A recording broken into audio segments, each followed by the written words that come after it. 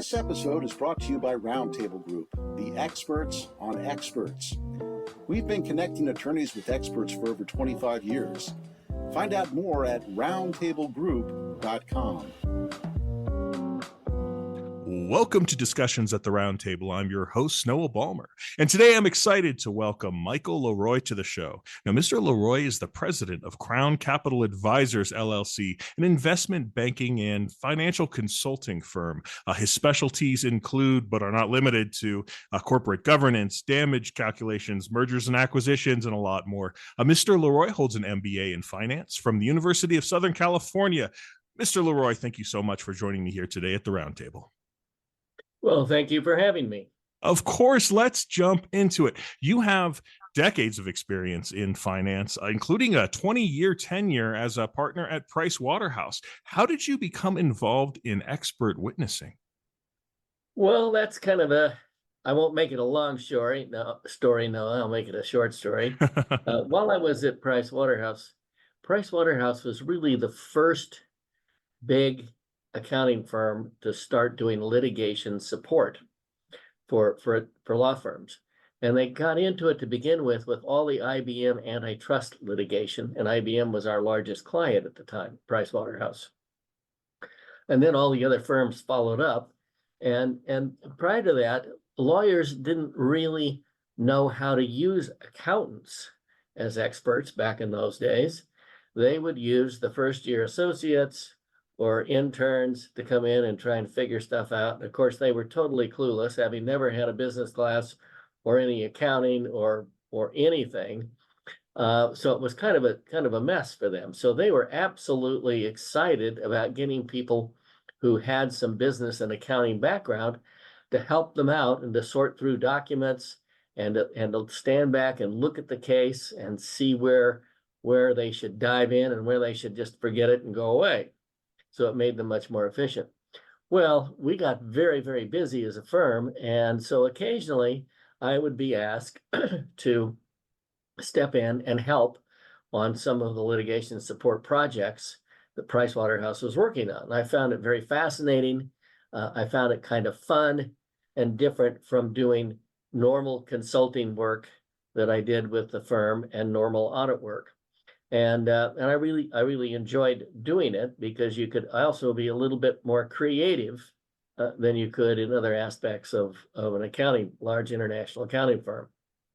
So what was it like back then? You know, how has being an expert witness changed throughout the years? Well, back then we were doing a lot of what I would call detail work when we first started out. And then they discovered that, hey, some of these accountants who, like me, had MBAs, some had JDs, some even had PhDs, were pretty savvy, pretty smart characters, and they ought to use them for more than just this busy work and sorting through boxes and boxes of documents. And so it expanded from a busy work job with the IBM antitrust litigation to a more higher level consulting type job. Well, you still had the detail and the grunt work, so to speak, that you had to be done. But it also evolved to come to a much higher level. As part of that evolution, have you noticed any trends kind of moving towards the future? Are there any newer developments? Maybe technology has played a role or changed things a bit? Well, the problem for some of the old geezers that are out there and some of the younger upstarts who are sometimes been at a small local accounting firm with, say, less than 10 people, and generally they're doing majority tax work. The problem that they are having being experts now is technology is making it tougher to figure out how to analyze business records and detail and make good use of it, not have to do it all totally manually. And AI can help with that. The big firms, particularly I've noticed that Deloitte and Price Waterhouse in particular, have whole teams of people working on how to integrate AI into their not only consulting, but into their audit work and all the analysis that they do when they go into a company. Now, the smaller guys don't see that. I'm fortunate that I sit on a number of public boards, and I'm generally, well, I'm always the audit committee chairman on those boards. I've also been the chairman of a couple of large companies. But so I have to keep up, and I do see because of that experience, I see what's going on at a more technical and higher level than the poor little guy sitting in Bakersfield, California, trying to figure out which end is up. Do you think that leveraging AI is only going to become bigger as we proceed into the future? And is that for the better or worse for expert witnesses in general? Well, I think it basically what it can do is it can also it can be a check on your decisions and your conclusions if you have a good AI system that's working. It may come up with something that you haven't thought about. I've had that happen before, and it can make you more efficient, which reminds me kind of back in the old days when personal computers came out. When I started in public accounting out of graduate school, we didn't have personal computers. We had mainframes, and we were doing our programming on Fortran 4, and then we got into BASIC, and then it Cobalt, and it was all, you had to be a kind of a techno jerk to get into that kind of stuff. But personal computers made it much easier for the normal guy or gal, so to speak, to generate and help you sort through volumes and volumes of data and come up with an answer. When I first started out, we had one project that was a situation where a gentleman who will go unnamed, but is a very famous lawyer for the mob, stole some money. Well, didn't steal. He borrowed money from a union headquartered in Las Vegas, Nevada, and basically used the money for other things and didn't pay the loan back. And there were thousands and thousands of transactions with roughly 100 different companies he'd formed, and it was a mess. The attorneys didn't know which end was up or how to attack it, so we did it using a computer, and with PCs, it made it much easier to program, to sort, and get through boxes and boxes of documents or data that came out of a computer, and figure out where the hell the money went, how it went there, and what happened to it. Do you think that AI is revolutionary in the same kind of way that the personal computer was, at least in this industry? I think it can be. I don't think it maybe. I'm not sure it's quite as revolutionary, but it certainly is revolutionary and can be helpful. It's very useful in drawing conclusions, help you draw conclusions, and help you find things that aren't necessarily black and white. In the old days, you could use decision tree type analysis, and it was either this way or that way. There was nothing in between.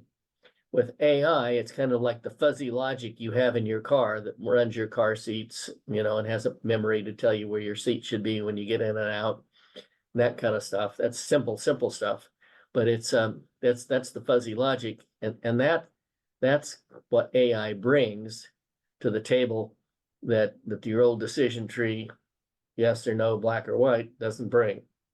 How do you keep track of all of the things that you've said to make sure that A, you still agree with something that you said 30 years ago, and B, that you aren't impeached on the stand for something that you said a long time ago, and that's maybe changed, maybe the general knowledge has changed? How do you keep track of your history, and how do you prepare yourself for those sorts of eventualities?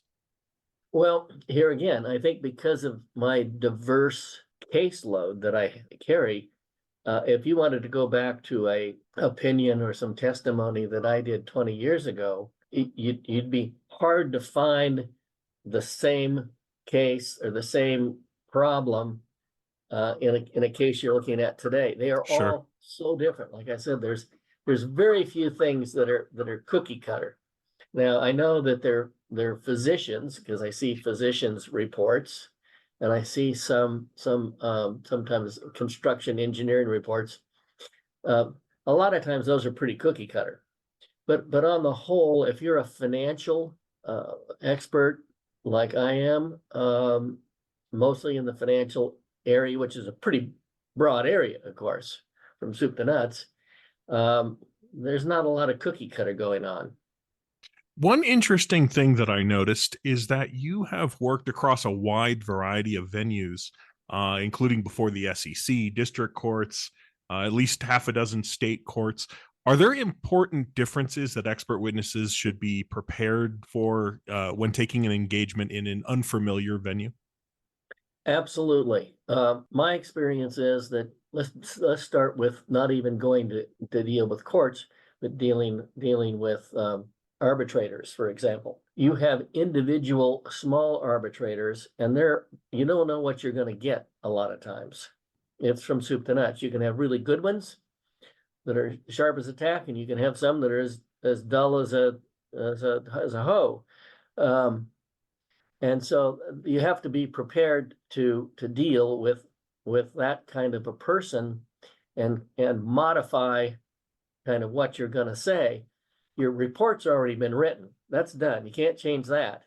But you can change your tact when you're testifying with that arbitrator, depending on their background. And you can't find that out until right before you're ready to testify.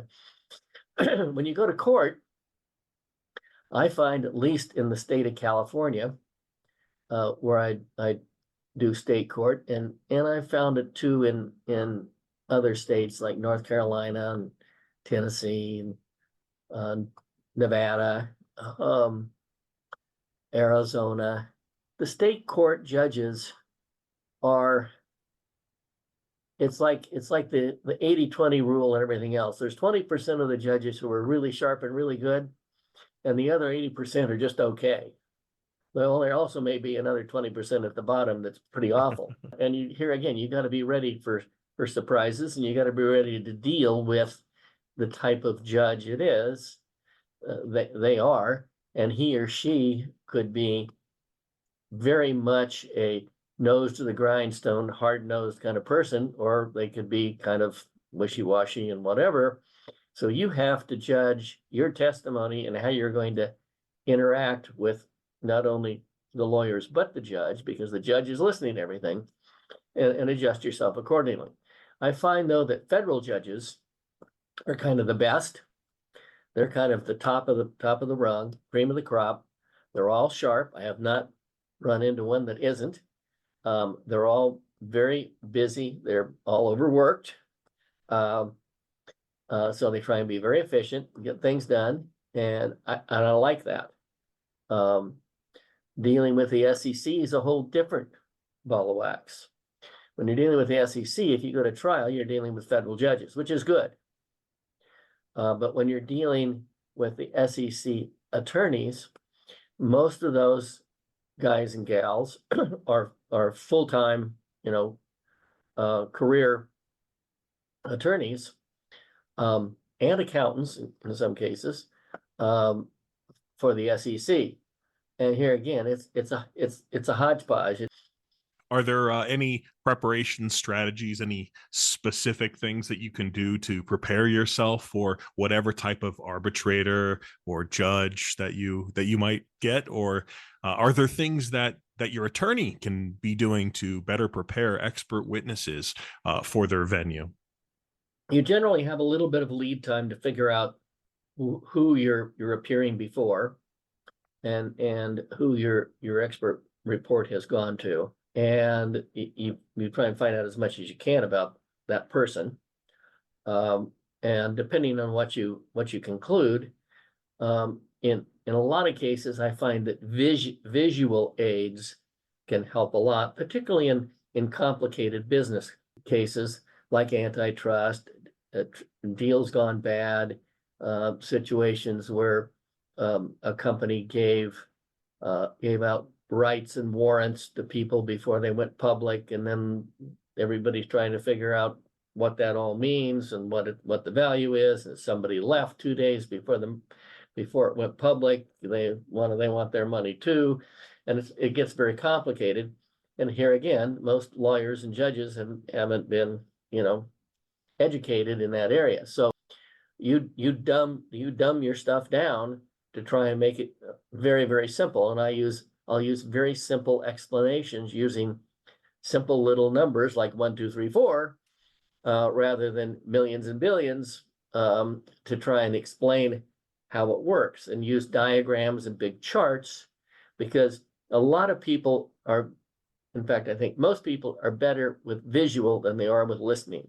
So if you can have slides, PowerPoint slides that are very simple and kind of map out and outline how whatever your point you're getting comes across, it makes it a lot easier for a judge, and particularly when you have a jury trial. Jury trial, that's really important to dumb down your presentation of your data and how you came to your conclusions. How do you go about procuring these visual aids? Do you produce them yourself, or do you go to an outside company? Depending on the size of the case, if it's a relatively small case, I can just do it myself. I'm pretty good at PowerPoint. If you're not good at PowerPoint, there's plenty of young people around out there who grew up with iPhones and PCs that can do it in their sleep, like my grandchildren and my children can. If it's a very large case and you're going to have a lot of slides and you want it to look really good and professional, there are plenty of people out there who do that for a living, and you have to take the time, though, to make sure that they understand the visual you're trying to get, and you have to have an idea in the back of your mind, obviously, of the slides you want, the information you want to show. And sometimes they'll even come up with great ideas you haven't thought of as to how to present it when you're trying to explain it to them. So it's about knowing your audience, in other words, and being able to get complex topics across for laypersons, which makes a lot of sense. And is that also in your reports, or is that mainly something for jury trials or depositions? When do you best use these visual aids? I'm different than a lot of people. I've seen a few other expert reports where they use graphs and charts, but I'm a very graph and chartsy person. Here again, I think the visual tells the story. I'll put it in writing, but then underneath the writing, I'll have a chart, a bar chart, a line graph, some kind of a simple table, not too complicated. The complicated tables and the big data kind of stuff goes in the back in exhibits.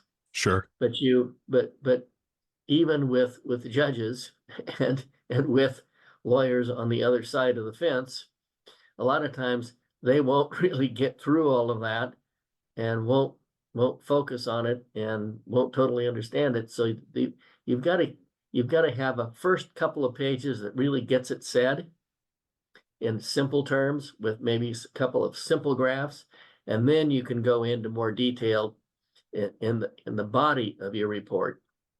You mentioned arbitration. How is alternative dispute resolution different than a jury trial, for instance, for an expert witness? How is the job different for experts who have never done any alternative dispute resolution? Well, here again, like I said before, you've got arbitrators who are single individuals. He or she was a lawyer generally. It's hard, at least in the state of California, to become an arbitrator if you weren't an attorney, didn't have a law degree. There are some, very few. But but the other arbitrators are these groups, and and they generally have not only high-powered lawyers, but the bulk of them, I'd say, based on my history or my experience, 90% of them or 95% of them are all ex-judges. Hmm. Generally at the state level. There are a few at the federal level. They're very expensive, but they're still less money than having to go to trial, fee-wise, and that's how companies who are in large disputes will view it. Now, if you're going to one of those, if you're appearing before one of those large groups, there'll be a specific ex-judge assigned to your case. That ex-judge has assistants and people who work for him, just like happened when he was a real judge, and they have mock courtrooms, so to speak, set up in their offices, and you get up and sit on the stand just like you would in a courtroom. It's a little bit less formal than like a federal courtroom or a state, but not much. So it's very much the same. If you're dealing with a single arbitrator, he or she may have you meet in their office, at a conference table. That's much more casual, and not as, it wouldn't make you quite as nervous if it's your first few times doing it as going into a courtroom type scene. Have you worked on extensive trial teams that have multiple expert witnesses? And if so, to what degree do you collaborate with the other experts? Well, I recently did a fairly large antitrust case in a federal court in Nevada, and it was in the technology world, and so we had experts on our side and they had experts on their side, not only from a financial standpoint, which I was the financial expert, but we had technology experts. We also had experts that were experts specific to the business or industry that we were dealing with, not necessarily financial experts for that industry, but experts that had worked in it, had run companies in it for years, really knew the industry, knew the players, knew what was going on. So we had 4 or 5 different experts in this case. And yes, you have to make sure that you're all copacetic. You can't have one expert saying something that's slightly different than what you say, even though you're in supposedly different fields of expertise. So you read their draft reports generally when they come out, and you also have conversations with them, but you have to have those conversations with the attorneys present so that it's not discoverable. Right. So it's a little bit of a logistical hassle to do that, but it's very important. A lot of times you can sort out an awful lot of questions you have or they have, and help the lawyers get there too in their deliberations by just having Zoom calls or conference telephone calls and discussing things. How does that affect the report writing when you have a number of different experts? Well, you try, the lawyers will always, of course, try and have the reports look fairly similar. They don't want one report to have some kind of a legal, like a complaint looking cover sheet, and somebody else just have report of. Mm-hmm. And they'd like to have your introduction and your conclusions and your bodies be organized the same way, as far as a format goes, and they'll generally dictate that format to you. so that you don't have 4 different reports that all look like they were written by 4 different people from 4 different countries that never talk to themselves. So in general, each expert's turning in their own report rather than one collaborative report. Correct. Yeah, each expert has to issue their own report. I've never seen where different experts, like an engineer, an accountant, and a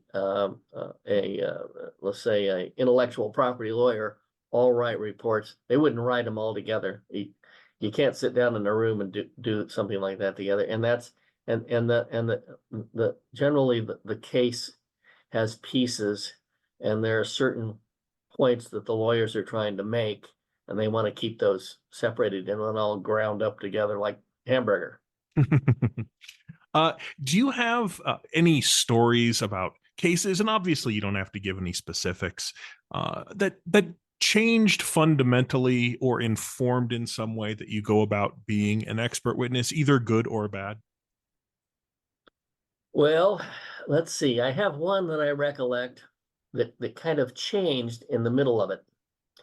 This was a company that was in the food product business, and they had a foreign owner that was Asian, and the people running the U.S. group and the European group were all relatives of the home office in Asia. It was a big company, big international company, and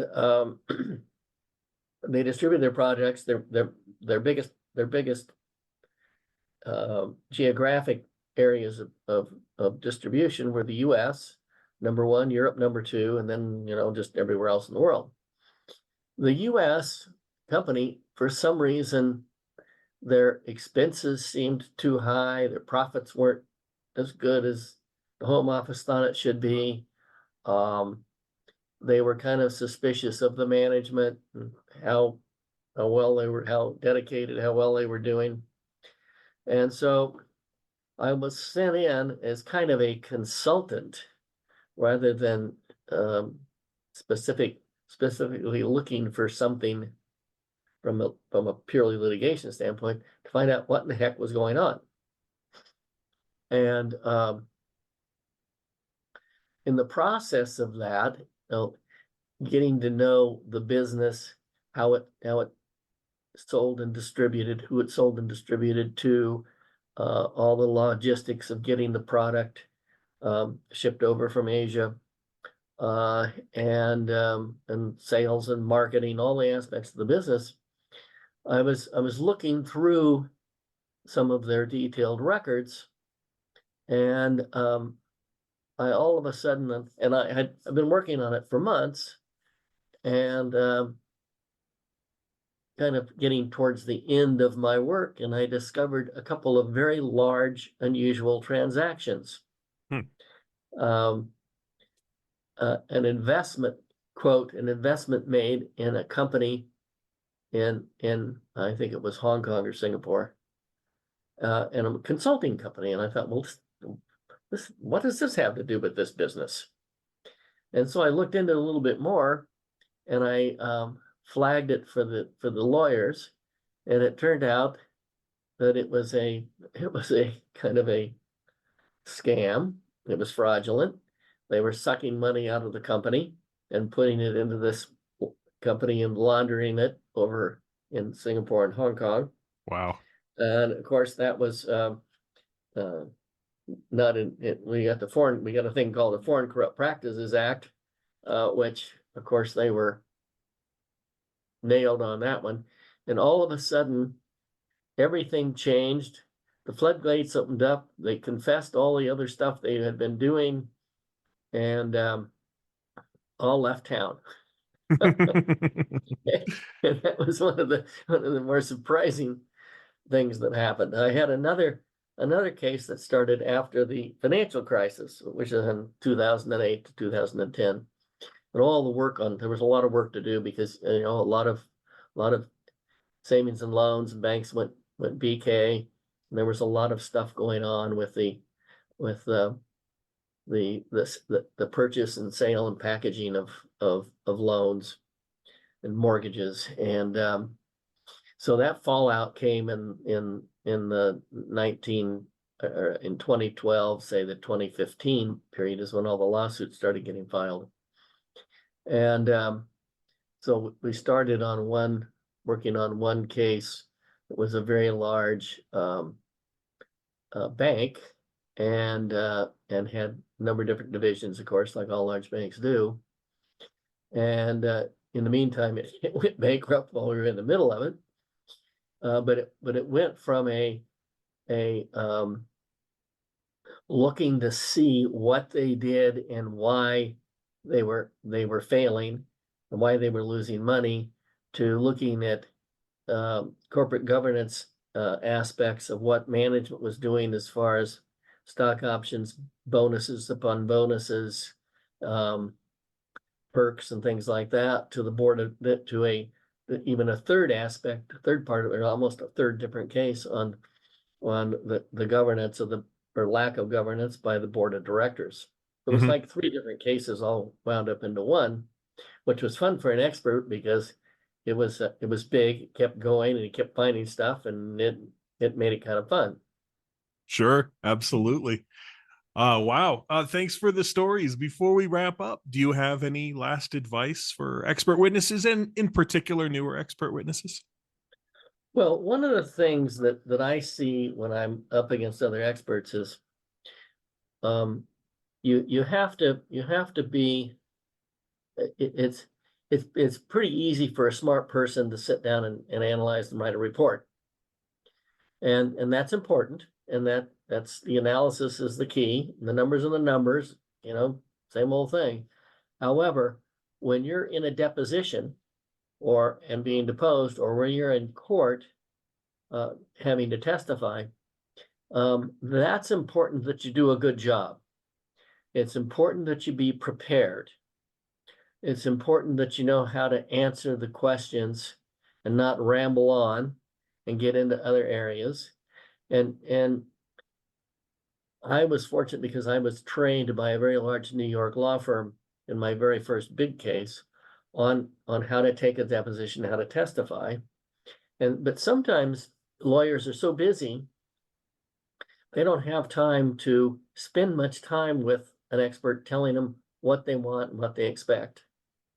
And especially if you're new, you don't have a clue. So you really need to have a lawyer or another expert explain to you how you answer the questions, and it's yes, no. It's not a story, because stories really get you in trouble.